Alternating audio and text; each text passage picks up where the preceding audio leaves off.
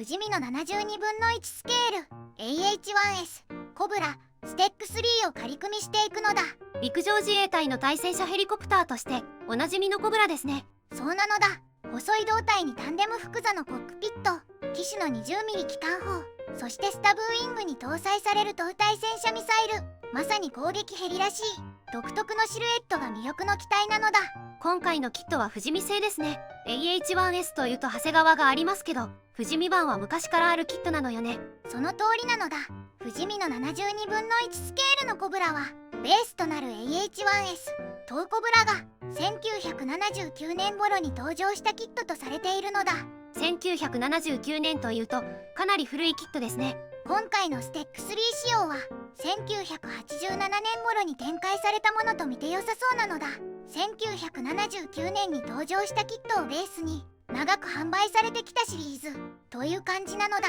限定マーキングでも売られていたんですよね。そうなのだ。西部方面航空隊48周年記念特別塗装機が最後の販売となるのかな。評判としてはどんな感じなのかしら。ざっくり言うと古いけれど雰囲気は悪くない。ただし今の目で見ると設計年代を感じるという評価が多いと思うのだ。まずはやっぱりモールドかしら。そうなのだ。基本は古いキットならではの凸モールドとなるんだけど、このキット当初はステック2として販売されたのかな。内容的にはステック2とステック3を作り分ける構成なのだ。本来はステック2が AH1E、ステック3が AH1F となるみたいだけど、陸自では AH1S をステック2、ステック3相当へ回収していて、型式は AH1S のままで継続してるみたいね。ステック3のパーツは後ほど追加された新規ランナーとなり、このランナーのみオーモールドとなっている。ステック3で作った場合はモールドが混在してしまう感じになってしまうのね。そういうことなのだ。そうだとしてもコブラって機体自体が細身だから、古いキットでも全体のシルエットが決まればかなりかっこよく見えそうですね。昔の富士見らしい作りを感じながら陸自 AH1S の雰囲気を味わうキットという感じなのだ。ではここで実機の AH1S についても少し触れておきましょうか。 AH1 シリーズはアメリカのベル社が開発した攻撃ヘリコプターなのだ。もともとはベトナム戦争の時代に登場した AH1G から始まり、その後エンジンや武装、照準装置などを強化した型が作られていったのだ。その中で AH1S は東対戦車ミサイルの運用能力を持つタイプですね。そうなのだ。陸上自衛隊では1980年代から AH1S の配備が進み、対戦車ヘリコプターとして長く運用されてきたのだ。国産機は富士重工業によるライセンス生産で納入されているのだ。冷戦時代の陸上自衛隊にとってはかなり重要な装備だったんじゃないかしら。まさにそうなのだ。当時は上陸してくる機甲部隊、つまり戦車部隊への対処が大きな課題だったのだ。そこで地形を利用して低空から接近し、東対戦車ミサイルで敵戦車を攻撃できる AH1S は対戦車火力として重要な存在だったのだ。固定翼機とは違ってヘリコプターなら山地や起伏の多い日本の地形も利用しやすいですしね。機体は細く、前席と後席が縦に並ぶタンデム配置、正面から見た面積を小さくして被弾しにくくする工夫もされているのだ。武装は機種の 20mm 機関砲、70mm ロケット弾、そして東対戦車ミサイルですね。そして AH1S は各方面隊の対戦車ヘリコプター隊を中心に配備されていたのだ。具体的にはどこの駐屯地にいたのかしら。代表的な部隊としては北海道の帯広駐屯地に第1対戦車ヘリコプター隊、青森県の八戸駐屯地に第2対戦車ヘリコプター隊、佐賀県のメタバル駐屯地に第3対戦車ヘリコプター隊、千葉県の木更津駐屯地に板子村で有名な第4対戦車ヘリコプター隊、そして三重県の明野駐屯地に第5対戦車ヘリコプター隊が置かれていたのだ。北から南までかなり広く配置されていたんですね。こうして見ると AH1S は各方面隊に対戦車ヘリの火力を持たせるためのような装備だったことがわかるのだ。近年は用途廃止や部隊改編も進んでいるのよね。そうなのだ。 AH1S は長く使われた機体だけど、その分老朽化も進んでいて、近年は部隊改編や用途廃止の流れが見られるのだ。かつて各方面隊に配置されていた対戦車ヘリコプター隊も時代とともに姿を変えつつあるのだ。そう考えるとこの富士見の AH1S も陸上自衛隊で長く親しまれてきたコブラの姿を残したキットという見方ができますね。今回はそんな不死身の72分の1スケール AH1S コブラステック3を仮組みしてパーツの愛モールド全体シルエットを確認していくのだ。古いキットらしい味が出るのか、それとも作るには少し手強いのか気になるところですね。まずはパッケージ内容を確認するのだ。お願いします。パッケージイラストは低空を飛ぶコブラなのだ。この頃の自衛隊機は塗装が一色なんですね。では中身を開けていくのだ。グレーのランナーが4枚、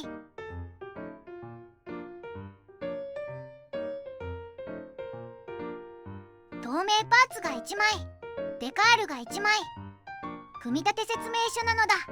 塗装図、マーキングは3種類。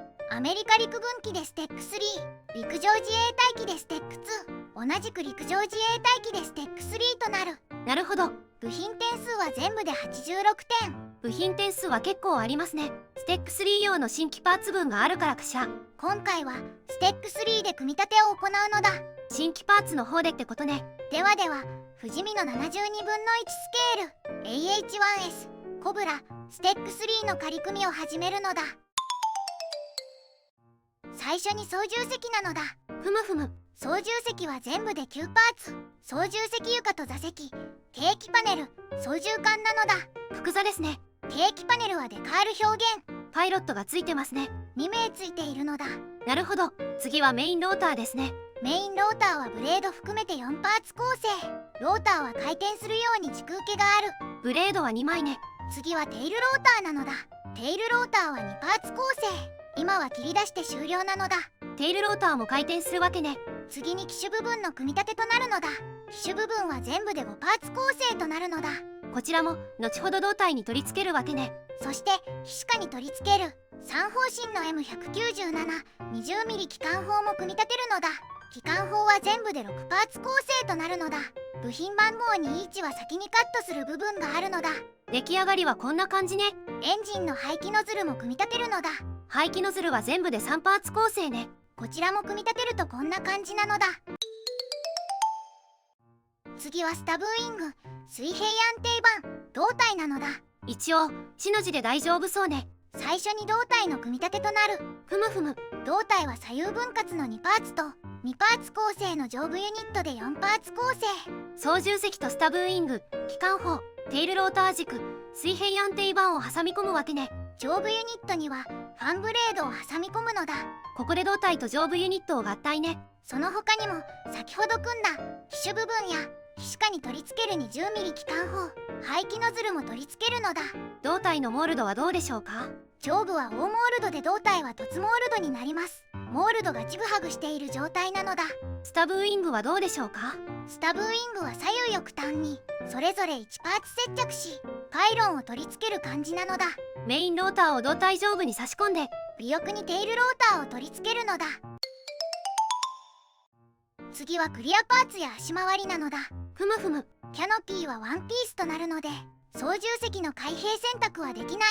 透明度は問題なさそうね。問題なしです。次は足回りですね。まずはスキットの取り付けからなのだ。左右の胴体下部にスキットを取り付けるのだ。なるほどね。次は細かいパーツの取り付けとなるのだ。操縦席前方には計器パネルも取り付けね。キャノピーにもいくつか細かいパーツを取り付けるのだ。次はアンテナパーツの取り付けね。アンテナは胴体後方に左右2箇所に取り付けるのだ。最後は吊るし物ね。スタブウイングにトウミサイルとロケット弾ポットを吊るせるのだ。トウミサイルは左右4発ずつ吊るせるわけね。では最後に総評なのだ。今回は不死身の72分の1スケール AH1S コブラステック3を仮組みレビューしてみたのだ。実際に仮組みしてみた感想はどうでした？ベースになっているのが1979年発売のステック2ということもあってステック3化に伴う新規パーツが追加されている構成なんだけど、従来パーツが凸モールド、新規パーツが大モールドになっているので全体としてちょっと統一感に欠ける印象はあったのだ。確かに場所によって雰囲気が変わる感じはありましたね。ただ実際に組み上げてみると全体のシルエットはかなりコブラらしくて細身の独特なフォルムはしっかり楽しめるキットだと感じたのだ。古いキットだけどちゃんとコブラ感は味わえるってことですね。そうなのだ。組んでみると意外と雰囲気が良くて楽しめる部分も多かったのだ。その他に気になった部分はありました？機種の 20mm 機関砲は胴体に差し込むとほとんど稼働しない感じだったし、メインローターも稼働を維持したままだと少し安定感に欠けるかなと感じたのだ。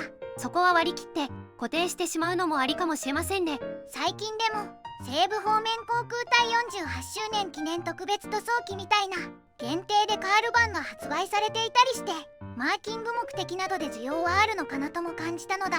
でも今選ぶなら長谷川版って感じですか？正直総合的に見ると今なら長谷川版を選ぶ人が多いかもしれないのだ。実機の現在の塗装や仕様との差もあるし、やっぱり設計年代を感じる部分は結構あるのだ。とはいえ中古市場では手頃な値段で入手できますよね。そうなのだ。中古市場でも比較的見つけやすいキットだから、気軽にコブラを作ってみたい人や昔ながらの富士見キットを楽しみたい人には十分ありだと思ったのだ。では動画を最後までご視聴していただきありがとうございますなのだ。チャンネル登録と高評価をお願いしますなのだ。次回以降も飛行機プラモデルのレビューを続けていくのだ。ではバイバイ。